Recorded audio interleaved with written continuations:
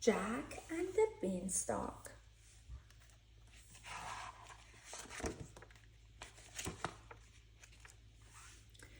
Once there was a boy named Jack who lived with his mother. They were very poor and had to sell their cow to get money for food. As he was taking the cow to market, Jack met an old man. "You won't get much money for such an old cow," he told Jack. "But I can give you something better than money for her. Magic beans." He held out his hand and showed Jack 5 speckled beans. "Magic beans," thought Jack. "They sound exciting."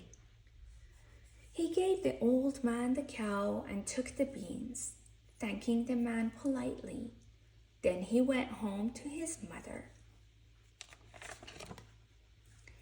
Jack's mother was extremely cross. "Silly boy," she shouted. "Thanks to you, we have no cow and no money." She threw the beans out of the window and sent Jack straight to bed. The next morning, Jack was astonished when he looked out of the window. A giant beanstalk had sprung up while he was sleeping, and it stretched up to the sky. Jack ran outside and began to climb the beanstalk. Up and up he went, higher and higher, till he reached the top.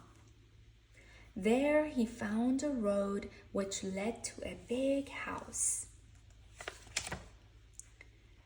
Jack's tummy was rumbling with hunger, so he knocked on the large wooden door. A giant woman answered. She looked kind, and Jack asked if she would give him some breakfast.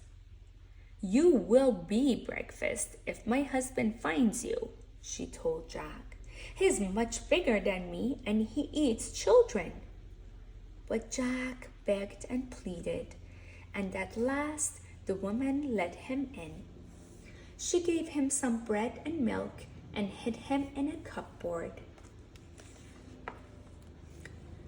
Soon Jack heard loud footsteps and felt the cupboard shake. The giant man was coming. Jack heard him roar. "Fee, fee, foo, foom! I smell the blood of an Englishman." "Don't be silly," the giant's wife said. "You smell the sausages I've cooked for your breakfast. Now sit down and eat."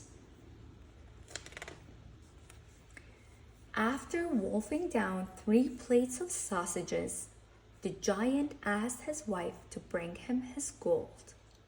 She brought 2 big sacks filled with gold coins, which the giant began to count. But he was sleepy after his big breakfast and soon began to snore. Jack crept out of the cupboard and grabbed one of the sacks.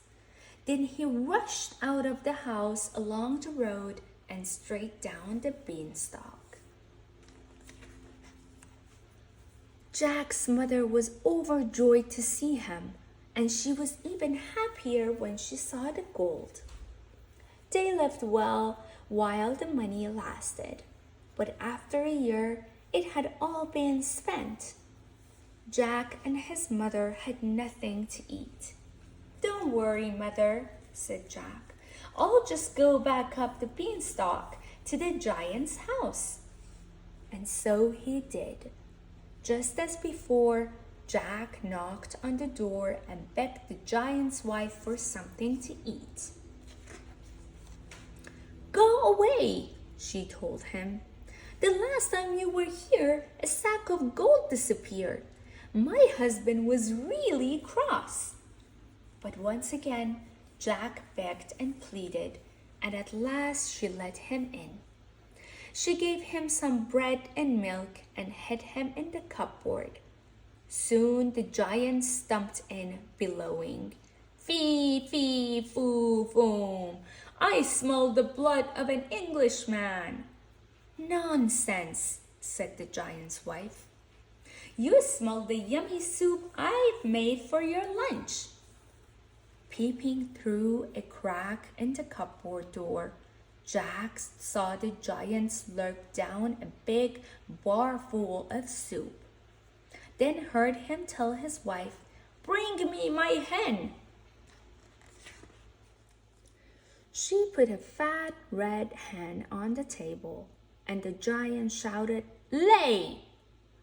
To Jack's amazement, the hen laid a golden egg. Jack waited until the giant was asleep. Then he jumped out and snatched the hen fast as lightning, and he dashed out of the house, along the road and down the beanstalk. Jack and his mother lived very well on the money they made from the hen's golden eggs. But Jack wanted to climb the beanstalk one last time. He knew the giant's wife would not let him in again, so he sneaked into the house and crawled into the cupboard. Before long, the giant came crashing in. "Fee, fee, foo, foo. I smell the blood of an Englishman," he thundered. "You smell the steaks I've cooked for your dinner," his wife said, and she put a platter of thick, juicy steaks in front of him. After gobbling up the steaks, the giant took out a golden harp and said, "Sing!" The harp played a gently lullaby, and soon the giant was fast asleep. Jack sprang out, took the harp, and began to run. But the harp cried, "Master, master!" And the giant woke up. With a roar, he leaped up and ran after Jack. Holding the giant harp tightly, Jack ran for his life. As he scrambled down the beanstalk, he yelled, "Mother, mother, bring the axe!" Jack took the axe and started to chop down the beanstalk.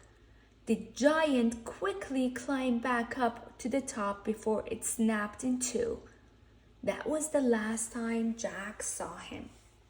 With the hen and the harp, Jack and his mother were able to live happily ever after, and they were never hungry again. The